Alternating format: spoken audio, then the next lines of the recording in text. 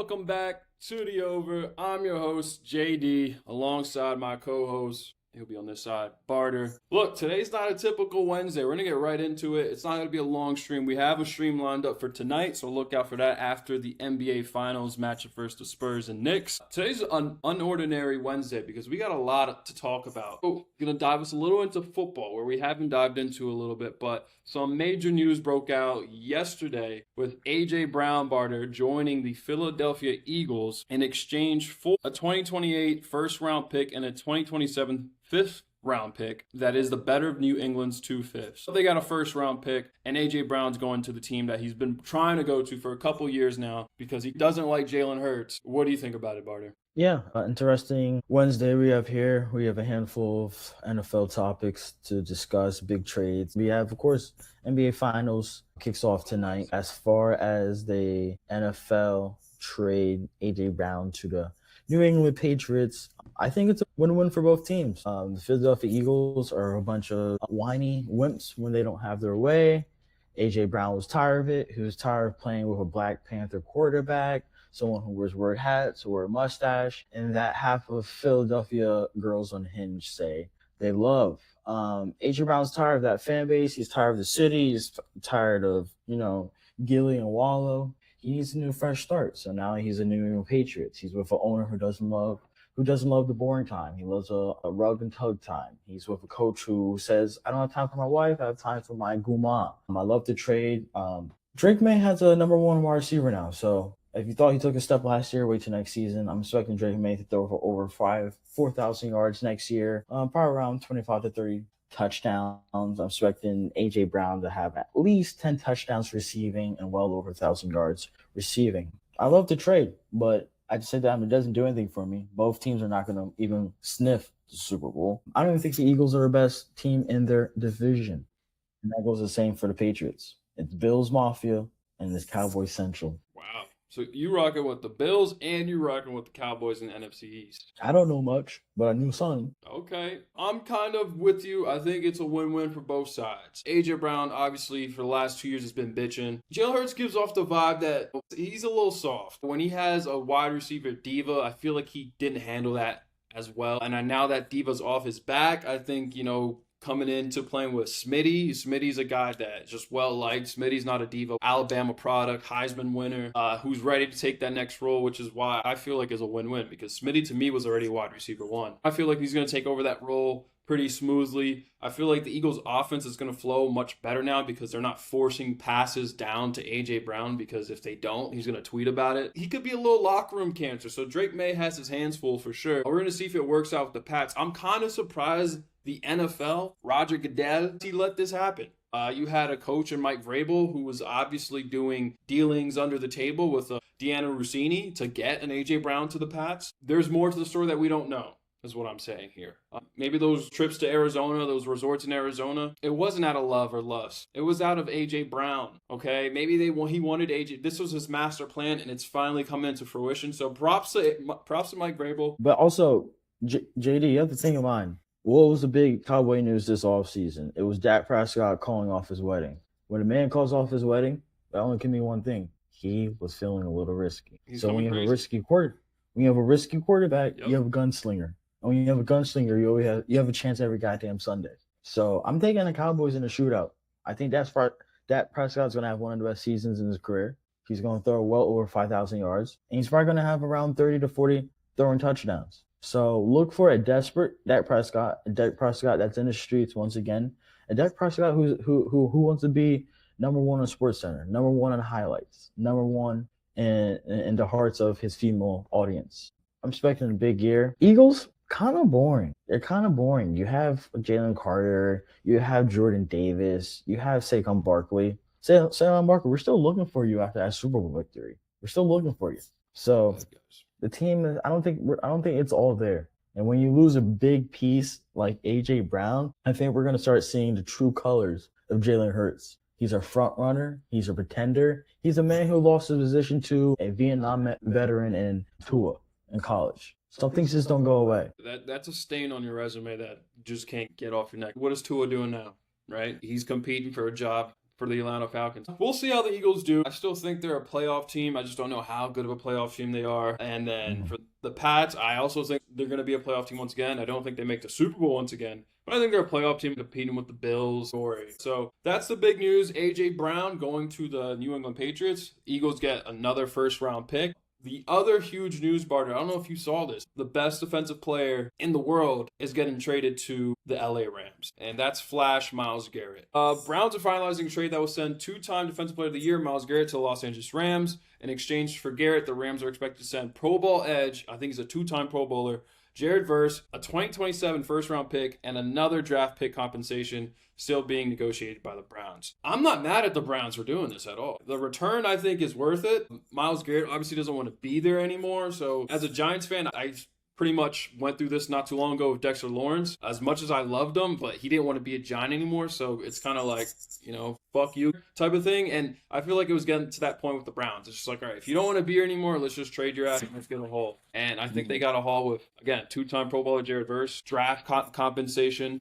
And Jared Verse is also still pretty young, too. So I think it was a pretty fair trade both ends. And then on the Rams side of things, it's a win-now move, right? SoFi is going to be hosting the NFL Super Bowl. They're trying to be there. They're trying to have home court advantage for the Super Bowl. So it's a big move. And, there's other guys that might be coming out of retirement that we might talk about pretty soon that might join this super team the Rams might have. So it's getting spooky out here, Barty. It's getting spooky.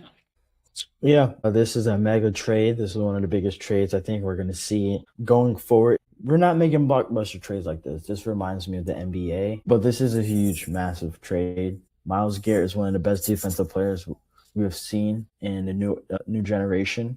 He's up there with Lawrence Taylor. He's up there with Darrelle Revis. He's just a defensive talent that you don't see much of. But once again, this does not change the needle for me. Of course, the Rams were good. Of course, they had two all-pro wide receivers, an all-pro quarterback, a damn near all-pro running back, and a good backup running back in Blake Corum. And their defense was solid, but expectation is a bitch. And when you go from the Cleveland Browns to the best thing we're going to get this week, just seeing if you're going to get a sack, to, hey, every Sunday you're expected to win, those expectations can kill you very quickly. So if Myles Garrett doesn't have, let's say, 6 sacks by the time week 7 rolls around, we're going to be looking back like was he that good, or was he just playing hard to stat pat for he can somehow make it to the Hall of Fame? So I think a lot of pressure is going to be built there. This whole rumors about Aaron Donald coming out of retirement, you can go ahead and put that in the coffin. This man is paid. This man's married. He has a good family. He's working out. He's looking good. He still has all his faculties. He's not touching the field again. Let's be honest. But the Rams defense is looking pretty good. They traded for Trent McDuffie earlier in the offseason as the Chiefs gave up on him. Now you have Myles Garrett. Now you have a good linebacker core with Landman. You have good defensive tackles. Now you have Myles Garrett. You have 2 cornerbacks. Your guys are loaded, but with expectations comes a lot of pressure, and let's see if they can fold. It's almost like the Lakers saying, "Hey, we have the whole entire team now. Let's just make it to the finals because we know we're gonna have home court advantage." That's a lot of pressure.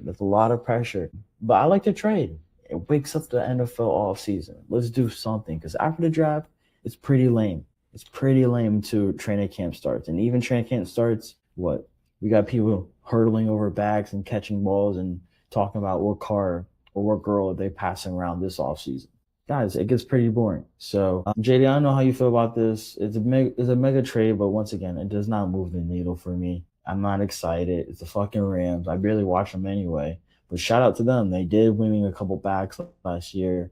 Shout out to FanDuel. Shout out to DraftKings. And shout out to everyone that allows me to win money.